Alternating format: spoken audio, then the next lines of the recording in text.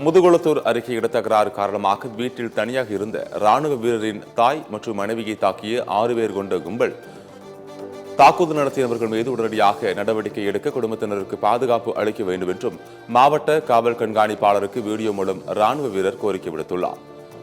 ராமநாதபுரம் மாவட்டம் முதுகுளத்தூர் அடுத்த ஏனாதி கிராமத்தைச் சேர்ந்தவர் முரளி ஜெகன் என்பவர் கடந்த 2020ஆம் ஆண்டில் இந்திய ராணுவத்தில் பணிபுரிந்து வருகிறார். ராணுவ வீரரான முரளி ஜெகன் தற்போது பூட்டான் மாநில எல்லைப் பகுதியில் பணியாற்றி வருகிறார். முரளி ஜெகன் தனது சொந்த ஊரான ஏனாதியில் புதிய வீடு ஒன்றை கட்டியுள்ளார். புதிய வீட்டை அபகரிக்கும் நோக்கில் முரளி ஜெகனின் பெரியப்பா ராமச்சந்திரன் மகன் பார்த்திபன் மற்றும் ராமச்சந்திரன் மருமகன் தட்சிணாமூர்த்தி ஆகிய இருவரும் முரளி ஜெகனின் தாய் மற்றும் மனைவியை ஆகிய இருவரிடம் கொலை மிரட்டல் விடுத்ததாக கூறப்படுகிறது. இந்த நிலையில் தனது குடும்பத்தினருக்கு பாதுகாப்பு அளிக்க உதவ வேண்டும் என்று முரளி ஜெகன் வீடியோ மூலம் கோரிக்கை விடுத்துள்ளார். மேலும் இது தொடர்பாக ஆன்லைனில் புகார் ஒன்றையும் அளித்துள்ளார். சார் எஸ்பி சார் வணக்கம் சார். நான் ராமநாதபுரம் மாவட்டம் முதுகுளத்தூர் வட்டம் ஏனாதி கிராமத்திலேருந்து முரளி ஜெகன் பேசுகிறேன் சார். நான் 2020 இந்தியன் ஆர்மியில் வேலை பார்த்துக்கிட்டு இருக்கேன். நாங்கள் 2013 ஏனாதியில் எங்கள் தாத்தாவோட பேரில் உள்ள பட்டாவில் செல்லையாத்தேவருங்கிற ஒரு வயல் நிலத்தில் நாங்கள் 3 பங்காக, அதாவது கிராமம் பிரித்து விட்டபடி 3 பங்காக பிரித்து அதெல்லாம் எங்கள் பங்கில் நாங்கள் வீடு கட்டியிருக்கோம். ஆனால் இவர் எங்கள் அப்பாவோட அண்ணன் ராமச்சந்திரன் நாங்கள் வீடு கட்டுறதை வச்சு அந்த வீட்டை காமிச்சு அவர் லோன் வாங்கிட்டு அதுக்கப்புறம் என்ன பண்ணிட்டாரு, எங்களுக்கு தெரிஞ்சிச்சு. அதனால் நாங்கள் சண்டை போட்டு அதை விட்டோம், நீ இனிமேல் வராத அப்படின்னு சொல்லிட்டு. ஆனால் அவரான தனியாக அங்கிட்டு கிடக்கு. இப்போ 2025 ஜனவரி மாதம் எனக்கு நீங்கள் வாங்கின பாதையில் பாதையை கொடுங்க, அப்படி இல்லைன்னா அந்த லோன் என் பேரில் அலாட் ஆகிருக்கு, அதை நான் அலாட் ஆகிருக்கல, நான் அது கேஸ் கொடுத்து என் மேலே எடுப்பேன் அப்படின்னு சொல்லியிருக்காங்க.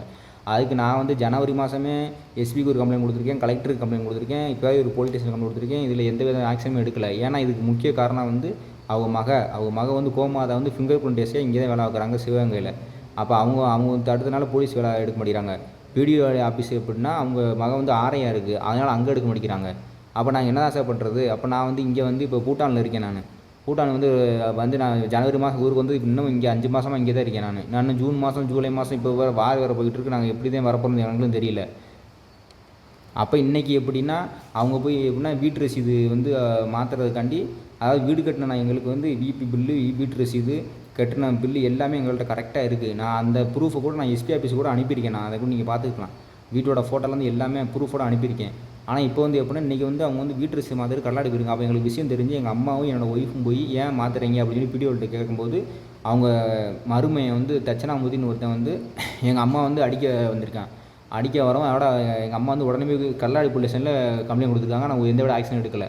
அதுக்கப்புறம் இப்போ நாங்கள் கொடுத்தோன்னே அவங்களுக்கு பாதுகாப்புன்னு இல்லை, அவனை மிரட்டி வச்சுருக்கணும். இப்போ அவங்க ராமச்சந்திரன், அவர் பொண்டாட்டி கிளவி, அப்புறம் அவங்க 3 மயங்க, அவங்க 3 பார்த்துப்பேன், அந்த 3 பேர், அப்புறம் அவங்க மக ஒன்று ஈஸ்வரின்னு சொல்லிட்டு இவங்க 6 பேர் கட்டக்கம் போட எங்கள் அம்மா ஏனாதிலே எங்கள் அம்மாவும் எங்கள் ஒய்ஃப் மட்டும் இருக்காங்க. 6 பேர் எங்கள் அம்மாவை அடித்து வகர இது பண்ணி தாலி எத்துக்கல எங்கள் ஒய்ஃபு முட்டை வச்சு எல்லாம் பண்ணி இப்போ எங்கள் எல்லோரும் ஹாஸ்பிட்டலில் இருக்காங்க. எங்கள் அம்மா ரொம்ப சீரியஸாக இருக்குது. எனக்கு அதனால் அழுகே வருது, எனக்கு அழுகே வருது. சரிங்களா? அதோட இப்போ ஏன்டா அவங்க 6 பேர் எங்களை அடிச்சுட்டு அவங்க போய் ஆஸ்பத்திரியில் படுத்துக்கிட்டாங்க. ஏன்னா இதுக்கு எல்லாம் முக்கிய காரணம் அவங்க அக்கா தான். அவங்க அக்கா கோமாதா எஸ்ஐ, ஃபிங்கர் பிரிண்ட் எஸ்ஐ, அதுதான் காரணம். அதுதான் சொல்லி ஐடியா கொடுக்குது.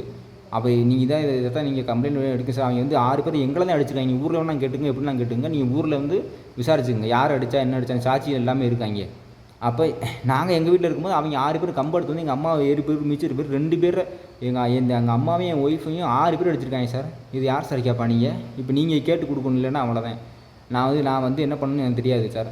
நீங்கள் தான் சார் தயவு செஞ்சு கேட்டு கொடுக்கணும், ப்ளீஸ் சார். நீங்கள் எப்படியே அவங்கள பிடிச்சி உள்ளே போடணும், இல்லைன்னா 6 பேர் சும்மா கூட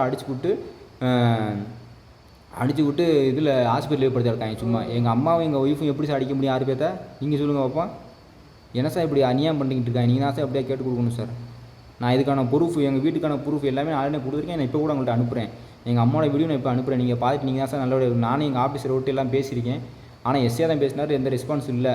அதாவது கொடுக்குறேன், இங்கே ஏட்டையை அனுப்பியிருக்கேன் ஹாஸ்பிட்டலுக்கு, அவர் பார்ப்பார் அப்படின்னு. இது என்ன சார் இது? அவங்க 6 பேர் அங்கே போயிட்டாங்க, வேறு ஹாஸ்பிட்டலுக்கு போயிட்டாங்க அவங்க 6 பேர். இது எல்லாத்துக்கும் காரணம் அவங்க அக்கா எல்லோரும் தான். நீங்கள் தான் சார் நல்லா கேட்டு கொடுக்கணும், ப்ளீஸ் சார். எங்களால் இப்போ வர முடியாது லீவுக்கு. நீங்கள் தான் பார்த்துக்கறணும் எப்படியாவது எங்கள் ஃபேமிலியை.